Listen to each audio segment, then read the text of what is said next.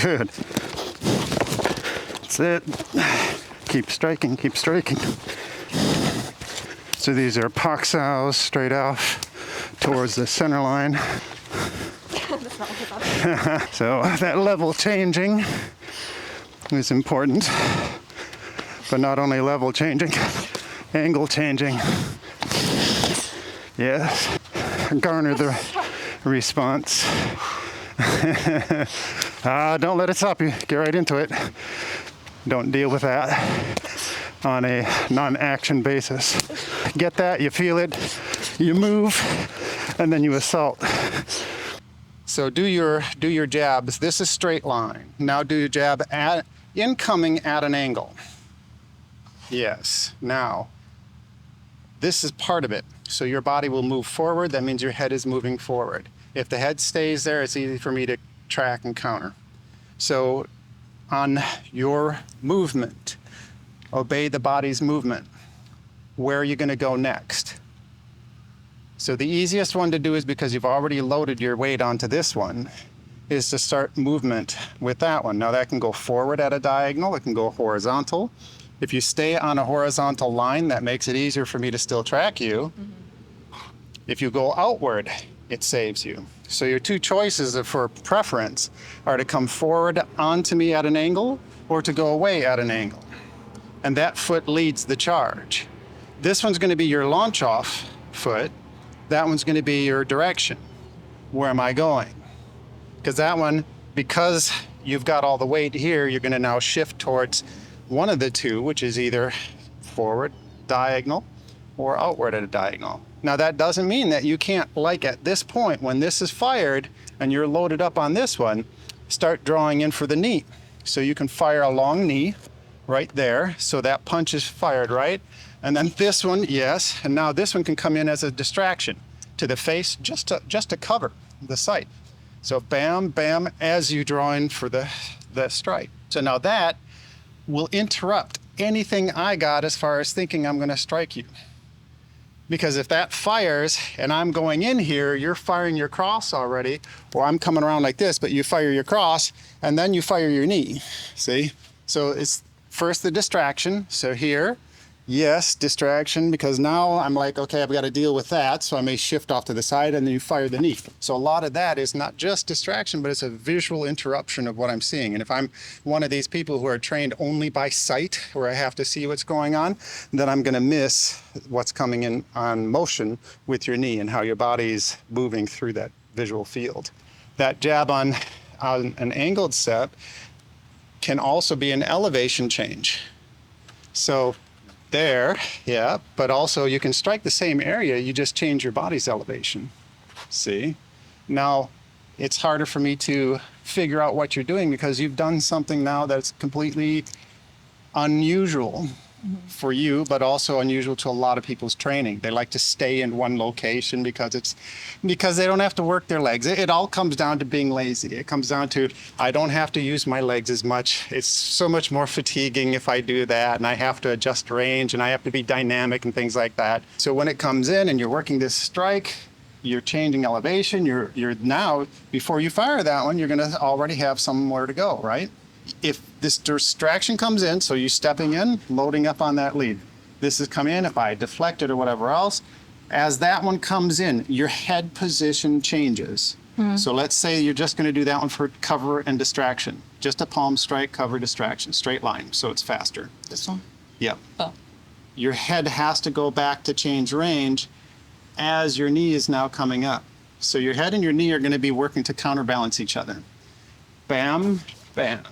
And that makes it harder for me to track that head because it's no longer in that same spot. So I slip this one off, that one comes into play. Let's say I go back out and I try working here. I try working an uppercut. Maybe I slipped it, you're distracting me, okay, I'm gonna still fire an uppercut. You can absolutely do that, but you're still in the same location as you were before. Okay. So. Which means all my counterattacks will still follow right where you are. So even if I evade that and I go somewhere else, I'll still be able to track you. So here, once this comes in, I slip it, I'm coming in with this, that's distracting, it's pulling it in. Your head is now off the line because you're now gonna fire the knee. Yes. So you punch, I slip. You fire for a distraction, I come up into here. Now, you're going to capture this one on your way back because you've got to get out of the way of this. You're going to capture with this one because this was a distraction, and you're going to pull me on the way back because your head is already moving back because the knee is coming into play. If you use this one, it's going to throw off your knee mechanics a little bit. So if you try that, you try to hook with this one, okay? Knee mechanics are going to be thrown off. Your body's going to start tilting that way. So this one comes, there you go. See, because now you're fully invested. So pull on this and fire a knee. Now I'm going to resist. Okay, see? Now hold on this one, fire a knee. It's weak. Yeah. Your base is completely destroyed. There's nothing there. That's why this one on that same line works much more effectively on my upcoming. So I slip here, bam. So fire the strike, I slip. You come in with a distraction as I'm coming up here. You sense through motion because you're using periphery to figure out where this is coming from.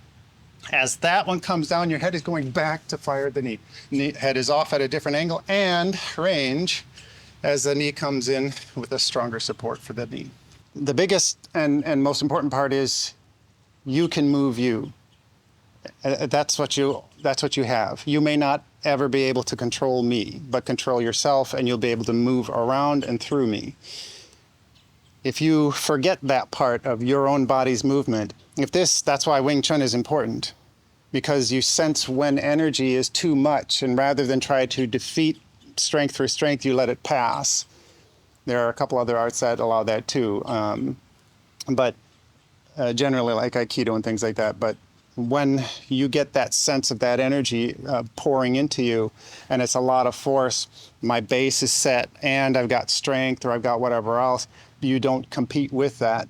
So because you move you and not me, you control you and not me, unless you're working silat, which is a little different, you still have to avoid this full power strike, work deflections, or move your body off in different lines, strike me where I'm weak on my third points. And then that way, my movement trying to capture you or chase you or whatever else will create instabilities for you to be able to do that. If I don't move, I'm holding the ground, I'm owning the ring, then you attack at different elevations, you attack at different angles, and you bait me to come into range. And as I move to come toward you, that's when you attack. So you never go so far out that you can't come back in time on a half beat to beat me to the punch or to upset my base. Angles are going to be, you've got this line, okay? Now, you can change the angles here, or you can change your body's angles, up and down, and around. See? So you've got elevation change on these punches, so even way low, and all of this. So all of that is the angles that you have. Most people think angles are only this, and then just changing this. They think that that's all angles are. When they suddenly realize that, okay, well now angles are this. They don't realize that you are the creator of the angle. This is the target. I want to knock me out, whether it's my throat or my breathing or whatever else. You now create angles with your body by going at different elevations of your body and the launching point from where you're striking. It's 360 degrees. So we're talking, you can backspin it into different strikes. You can work around my body, over my body, under my body, between the legs. There's a lot of different things that you can work. So you get the whole field to play in. That's why you'll see me do this successfully, because I'm shooting at different angles, different elevations, and I'm changing not only what I'm doing on this line, but where my next step is, where I'm going to go. And I do that by feel. My body tells me where the most efficient way to do that is. It's not I pre-program a bunch of things, because you dynamically will change in the field of view and according to my impact or resistance. So my body's direction is indicated by my body's lack of stability or strength in my platform. So because I go ball of the foot dynamics, I need to change dynamically, because you're a living, breathing opponent. You're not a static environment. You're not a tree, you know, so I have to be dynamic in all that I do to make sure that I utilize the entire field to defeat you. Sure. If I can work in that field very well and dynamically, I've got an up on just about everybody who can't or doesn't.